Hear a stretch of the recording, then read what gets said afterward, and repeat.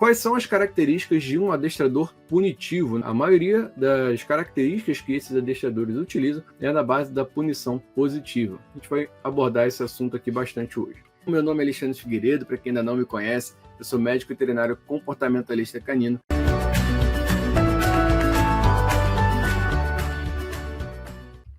Então, primeiro de tudo, ele vai chegar para você e vai falar que você deve ser o líder da matilha, o macho alfa, que tem uma diferença relativamente grande até do comportamento dos lobos e dos cães, né? Os lobos vivem as alcateias deles lá, enquanto os cães já foram domesticados aí há muitos anos, né? Não dá para você falar de forma alguma que um lobo é igual a um cão, né? Os comportamentos deles já são bem distintos, principalmente porque os cães já foram domesticados há muito tempo. É óbvio que tem alguns instintos no cão que vieram aí do lobo e tal, beleza, mas essa questão de líder da matilha, né? O macho alfa e tal, essas já são teorias ultrapassadas aí que caíram por terra, inclusive pelo próprio criador delas, tá? Foi um estudo feito com lobos em cativeiro, lobos que não se conheciam, no espaço restrito, com alimentação restrita, enfim. Então eles meio que tiveram que batalhar ali, lutar entre eles ali para ver quem realmente era o líder, né? E aí esse macho alfa se alimentava primeiro, bebia primeiro, mas numa situação completamente controlada, num ambiente fechado, no espaço restrito, lobos que não se conheciam. Anos depois que foi estudado um grupo de lobos da mesma família,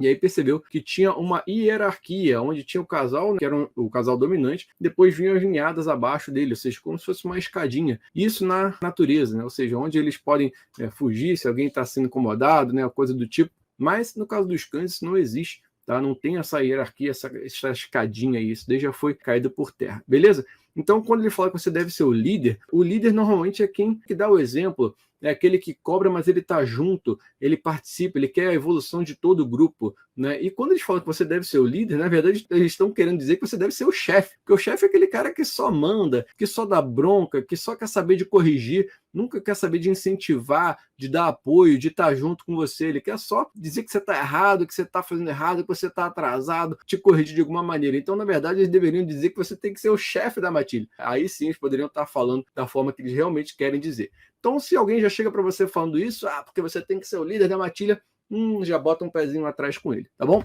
Outro ponto que eles fazem muito é utilizar a punição positiva para corrigir o cão. O que é punição positiva para quem, de repente, nunca ouviu falar nesse termo? Positivo aqui é o sinal de adição, tá? De adicionar, e não é punição legal, bacana não, tá? Isso daí não tem nada a ver. Então, no caso da punição positiva, você pode adicionar qualquer coisa para que o animal pare de fazer um determinado comportamento ou diminua aquele determinado comportamento através de uma punição positiva, ou seja, onde você vai adicionar algo que o animal não gosta, o que incomode, o que até mesmo machuca o animal. Então, tem vários tipos de punições positivas aí que são utilizados e, inclusive, algumas delas são aversivas para o cão, mas a principal aí punição que eles costumam usar são os trancos com enforcador. Eles usam muita punição positiva para corrigir o cão. Eles vão utilizar muitos aversivos para punir o cachorro, né? A coleira de choque é um aversivo que, de repente, alguns vão falar para você assim, que é só um choquezinho, isso daí não faz nem cosquinha no cachorro direito. Aí eu sempre falo assim, se coloca no lugar, bota um colar de choque no teu pescoço e vê se você não vai se incomodar com isso daí, né? É só um choquezinho, mas é só um choquezinho toda hora, não é uma coisa legal, é uma coisa que vai estressar, e quando o animal está estressado, tem um tipo de hormônio que eleva, chamado cortisol. Quando o cortisol ele aumenta, ele gera uma série de efeitos colaterais no organismo. Assim, não é legal nem um pouco para o cachorro estar sendo estressado o tempo inteiro. O spray de água é até interessante, porque para muitos cães vai ser muito desagradável. Vou dar um exemplo do animal que está latindo. Tanto para a coleira de choque ou para o spray de água seria na mesma função. O animal começou a latir, você vai dar o choque no cachorro ou joga um spray de água na cara do cachorro. Tem muitos cães que o spray de água vai ser uma coisa incômoda e ele vai acabar parando de latir, né, porque tomou aquele spray de água na cara ali ou tomou até mesmo um choque. No caso do choque, ele nem entende de onde veio, né, porque o negócio está preso ali na coleira dele, ele não sabe que é você que está provocando aquele choque nele. No caso do spray, não, ele vê que você espirrou na cara dele. Então ele associa a punição, você punindo ele, né? Ele associa as duas coisas. E aí ele só vai fazer o seguinte, cara, eu tô latindo, mas cada vez que eu lato eu recebo uma punição, vou parar de latir. Só que aí que tá o grande problema. Qual é o motivo, qual é a causa base que tá levando esse cachorro a latir? Você não corrigiu a causa base, você não determinou qual era o problema original ali que estava causando isso para você poder atuar na fonte, né, na origem do problema. Você simplesmente está dando punição para ele à torta direita para ele parar de latir. Então, quando você não corrige o problema inicial que está levando a esse comportamento que incomoda, né, esse animal ele vai ficar cada vez mais frustrado mais ansioso e ele vai acabar contornando o problema para outras situações. Então ele vai ficar mais ansioso, ele vai destruir mais as coisas, ele vai de repente brincar de morder mais vezes, né, vai destruir a porta porque está muito ansioso, não conseguiu soltar essa ansiedade através do latido, ele vai soltar de outra maneira, vai começar a se morder, se mutilar, galera. Então é um problema sério. Quando você reprime o animal da base desse uso de aversivos, aquilo que ele estava fazendo que vai deixar de fazer, poxa, beleza, bacana, o cachorro parou de latir, olha que legal, resolveu o problema. Não, você resolveu parcialmente um problema, porque ele pode latir quando você não estiver ali para jogar o spray na cara dele, porque ele sabe que só quando você está ali que ele toma spray, quando você não está, ele não toma. Então, beleza, ele vai latir quando você não está ali, né? E a mesma coisa do choque, se você não está ali para dar o choque nele, ele percebe que quando ele não está aqui, eu não tomo choque, beleza, eu vou latir de novo. Então, você tem que ficar muito atento para que você não gere outros problemas no seu animal. Lata com milho, com pedras ou com moeda, qualquer coisa. Mais uma vez, nesse exemplo do latido, né? Quando o cachorro está latindo, o cara vai lá e faz uma barulheira. Aí se o cachorro toma um susto, o cachorro ele vai começar a ter medo de barulho.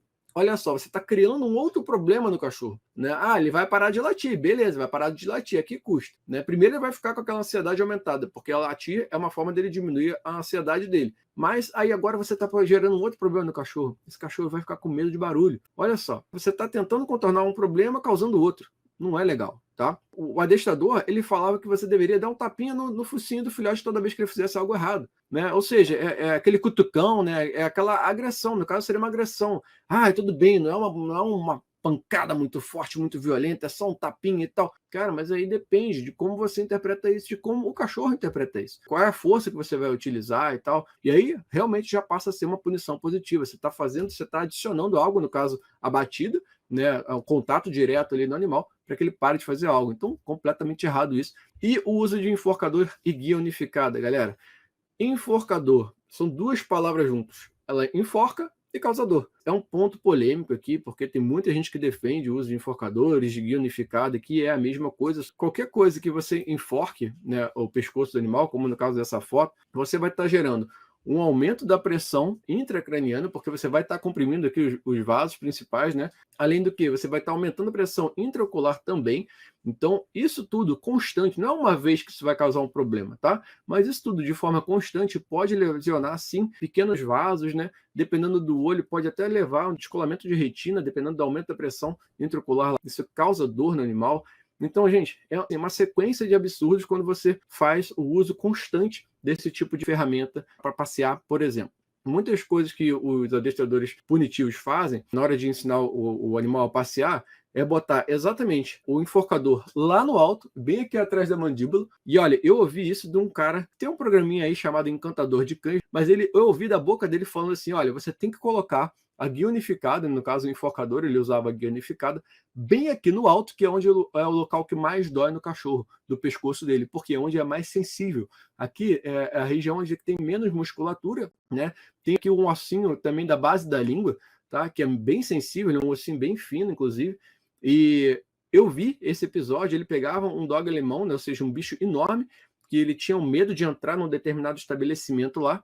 E aí o que ele fazia? Ele botava lá em cima, vinha com o cachorro com a guia tensionada, ou seja, já enforcando ele, correndo com o cachorro e entrava na base da força, puxando ele aqui, o cachorro travando assim.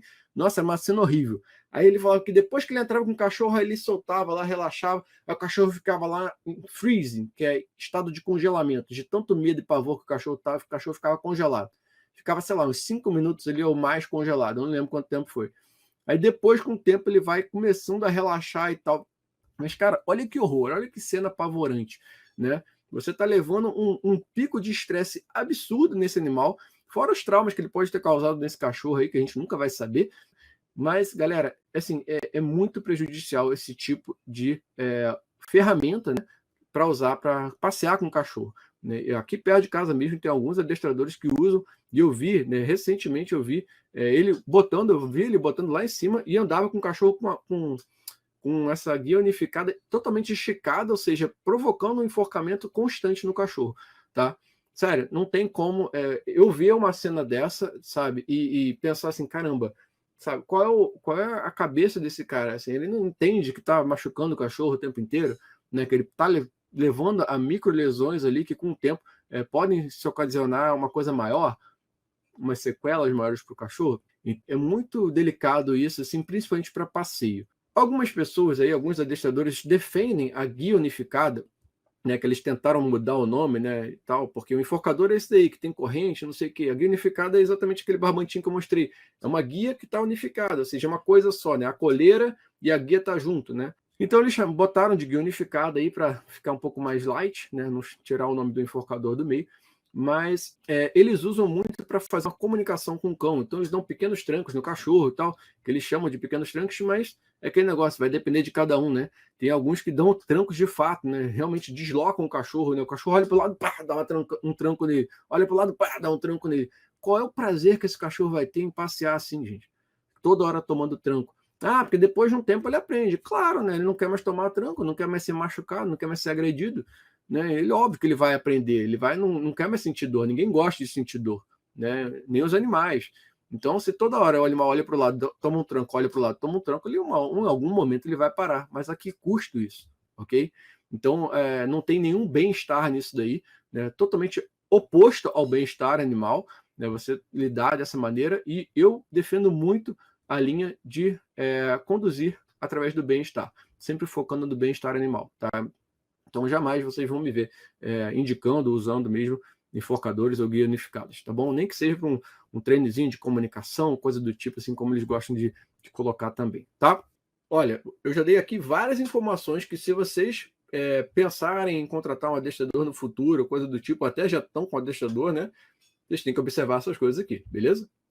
Normalmente, tá? Aí já não é sempre, beleza? Aqui não é uma regra geral, não. Mas, normalmente, eles não adestram o cão na frente do tutor, tá? Eles pegam o cão e levam para algum lugar para adestrar fora.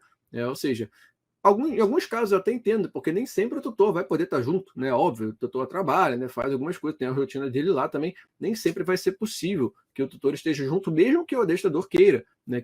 Que o tutor participe dos treinamentos, veja como é que ele faz e tal. Mas alguns desses adestradores punitivos, eles simplesmente pegam o cachorro, não fala nada, já leva lá para não sei aonde e vai treinar o cachorro na base da punição positiva, tá? Então, fica ligado nisso. Se ele nem chega para você e cogita a possibilidade de você participar do treino, ver ele treinando, ver como é que ele faz, já bota um pezinho atrás também, tá? Se você ainda não está inscrito, já deixa a sua inscrição aí, deixa o seu like se você gostou, e esse é aquele momento de você me dar o seu feedback de hoje. Coloca aqui nos comentários, né? Diz se você aprendeu alguma coisa legal, alguma coisa que você não sabia, o que você mais gostou. Coloca para mim aqui que eu fico muito feliz quando eu vejo o feedback de vocês, tá bom? Grande abraço e tchau, tchau.